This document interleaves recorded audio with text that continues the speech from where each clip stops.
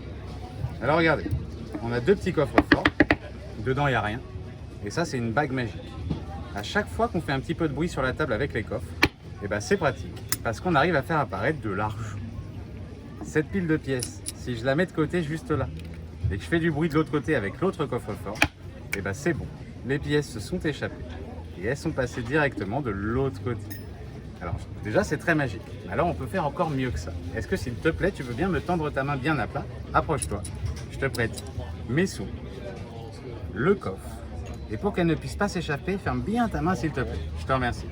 Si je fais un petit peu de bruit sur la table, est-ce que tu as senti un truc dans ta main ou pas du tout? Non, rien. Et pourtant, fais voir. Regarde. Elles se sont encore échappées. Eh, j'ai vu, hein. Elles ont sauté de ta main comme ça et elles sont revenues directement sur la table. À la fin du tour de magie, ça sert de servir si tu ranges tes pièces à l'intérieur. Bon, bah elles sont toujours là. Et si jamais je fais un petit peu de bruit sur la table, eh ben c'est bon, il n'y a plus rien. Alors attends. Ah si, c'est bon, je les ai. Elles sont passées directement dans ma poche. Alors regarde le secret. En fait, dans ce tour-là, il n'y a pas une seule pile de pièces. Il y en a deux. Il y en a une cachée dans chaque cylindre. Alors elles sont bien cachées parce qu'on ne les voit pas une fois qu'elles sont dedans. Pourquoi on ne les voit pas? Parce que regarde, en réalité il n'y a qu'une seule vraie pièce sur chaque pile de pièces et tout le reste ce sont de fausses pièces creuses. Mais t'as vu, c'est bien fait hein, parce qu'on dirait des vraies là sur le côté. Et comme il y a une vraie par-dessus, on dirait que des vraies. En plus, j'adore faire ça.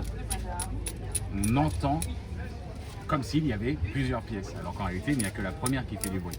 Une petite illusion sonore qui renforce la crédibilité d'une vraie pile de pièces. Donc les deux sont pareils. Il y a deux fausses piles de pièces identiques et une vraie pièce de 50 centimes qu'il faudra rajouter, qui n'est pas fournie dans le tour, je vous montrerai à la fin, qui renforce l'idée d'une vraie pile de pièces.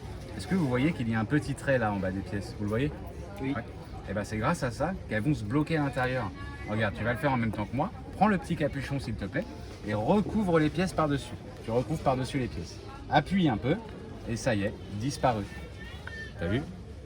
On dirait qu'il n'y a rien alors qu'on sait qu'il y a la vraie pile de pièces. Ce que je vais faire maintenant, il ne faut jamais le faire. Mais regarde, en gros ce qui se passe, la vraie pièce est cachée par la fausse pile de pièces. Ok? Maintenant si tu tapes comme ça avec ta main, là, tu vas voir ça ne peut pas sortir. Vas-y, essaye. T'as vu, ça ne sort pas. Le seul moyen de les débloquer, c'est que tu mettes l'anneau avec, tu tapes un petit coup sec et là ça va sortir. Ok? Donc sans l'anneau, vas-y tape, tu vas voir, ça ne marche pas.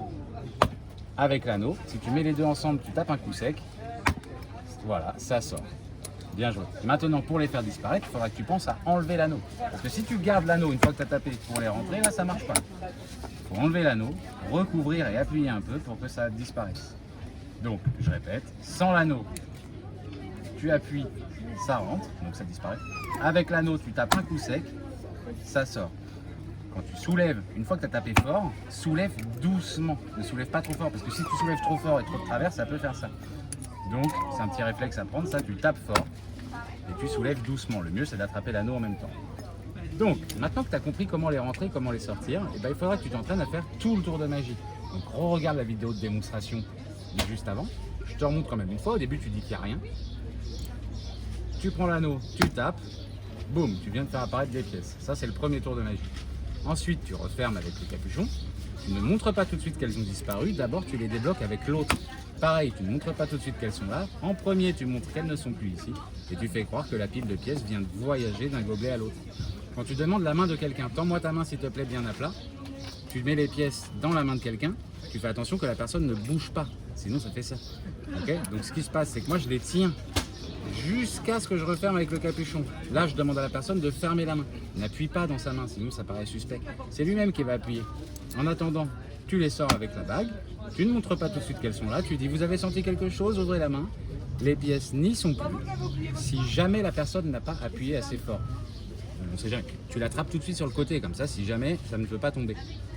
Ensuite, tu l'enlèves de sa main, merci. Tu le mets à l'envers et tu montres que les pièces sont revenues sur la table. Pour le final, attention de ne pas te tromper. Celui-là est plein, puisqu'il y avait les pièces, il y a encore les pièces dedans. Celui-là est vide. Tu peux remarquer une légère différence entre le plein et le vide. Déjà, il est un peu plus lourd, et ensuite, ça se voit visuellement légèrement. Garde celui qui possède des pièces à l'intérieur, ouvert vers le ciel, et pose la pile de pièces dessus. Alors attention de ne pas confondre, parce que si tu le mets sur celle où il y a rien, et ben elles vont rentrer à contresens. Et là, pour le débloquer, bonne chance.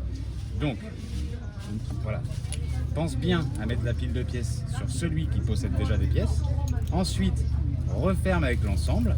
Et là, ce qui va être sympa, c'est que regarde, si tu secoues l'objet, la bague va faire un bruit et imiter comme si c'était un bruit de pièce. En fait, regarde, direct, tu dis, hey, les pièces sont toujours là. Hein. Pense à appuyer. Tu secoues, on entend du bruit. Et regarde le petit mouvement joli. Tu fais comme ça après. Et à la fin, il n'y a plus rien.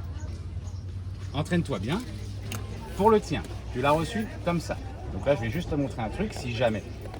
Moi, je m'amuse toujours à les débloquer parce que quand le matériel est neuf, bon bah déjà, tu as vu, il est super joli, super brillant.